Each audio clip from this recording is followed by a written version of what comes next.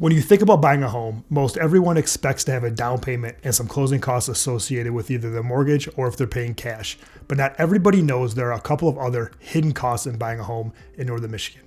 Hi, I'm Geno 𝐍𝐸𝐺𝐵, a local Northern Michigan real estate agent specializing in helping you relocate to Northern Michigan. I wanted to take a moment to thank everybody who has subscribed to my page. Now, 80% of you who watch these videos are still not subscribed to my channel.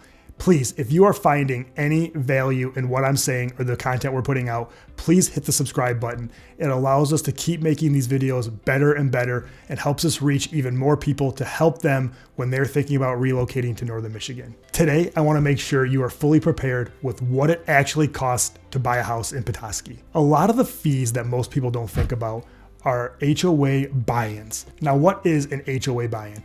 A couple of HOAs, such as Bay Harbor and a couple of others in Petoskey, have fees that you need to pay to either join a yacht club or buy into an HOA. This is what's called equity purchases, meaning you actually own a very small part of the association. With owning a very small part of the association, you do get some money back once you sell and move someplace else. The two most popular HOAs that do have buy-ins are Birchwood and Harbor Springs, which is $10,000.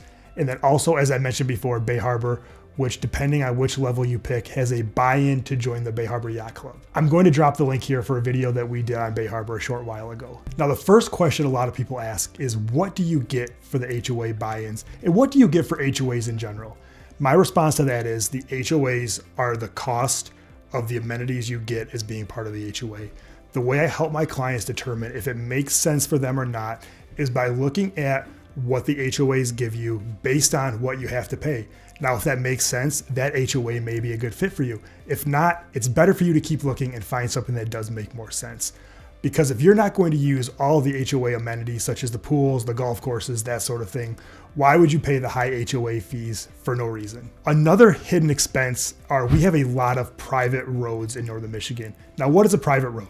A private road is a road that all the neighbors have access to, but are not publicly plowed by the local municipalities, meaning each road has to get together and hire somebody or contract a company to plow the road. Now, don't let this scare you. They're usually a lot simpler than they sound, and it results in everybody having to pitch in $50 to $100 at the most to make sure your roads get plowed every year.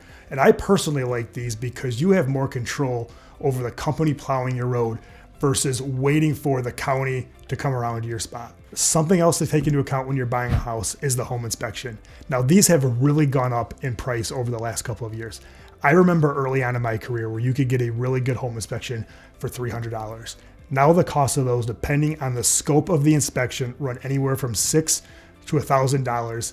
And if you're buying a much larger home like some of my clients have, they can get even more expensive than that. In addition to the home inspection, if you're buying a home that has a septic or a well, you're going to want to get those inspected separately. Also, an expense that we actually recommend you incurring is by buying a home warranty. What the home warranty does is cover the mechanical and the big ticket items that could fail in the first year of owning the home.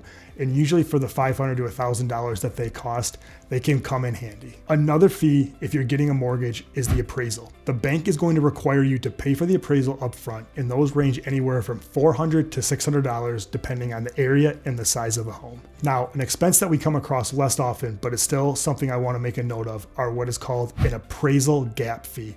Meaning if you're buying a $500,000 house and it only appraises at $480,000 and the seller is unwilling to come down or isn't willing to come down all the way, you may have to bring extra money to closing in order to make up the appraisal gap. Now, this isn't something we deal with often because most of the time, especially as the market shifts, the appraisals are having no problems meeting value, but this is still something we have to contend with, and I wanted to make sure you're aware that this could be a possibility. Now, if you're paying cash, you're not going to have to worry about this as a buyer, but if you're getting a mortgage, you're going to have to get what's called title insurance.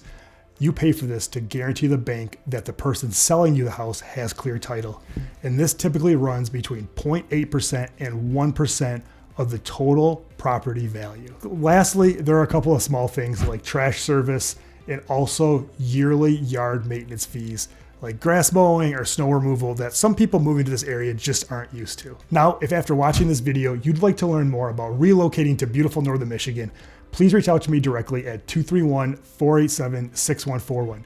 And if you've bought a home recently and I've missed any expense that you incurred, please drop a comment below.